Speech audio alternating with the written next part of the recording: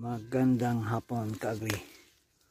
Mag-ani na naman tayo kaagri sa ating atsal kaagri. Ito po. Ani tayo kaagri. Ay, ang daming bunga kaagri. Ilang araw na po ito. Hindi tayo naka-harvest. Kaagri.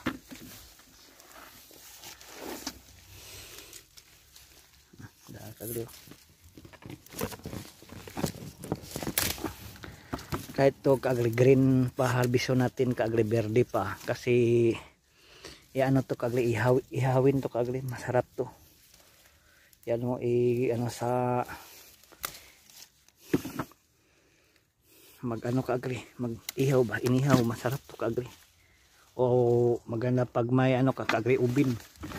Maganda po itong iubin masarap to kaagri. Iubin natin.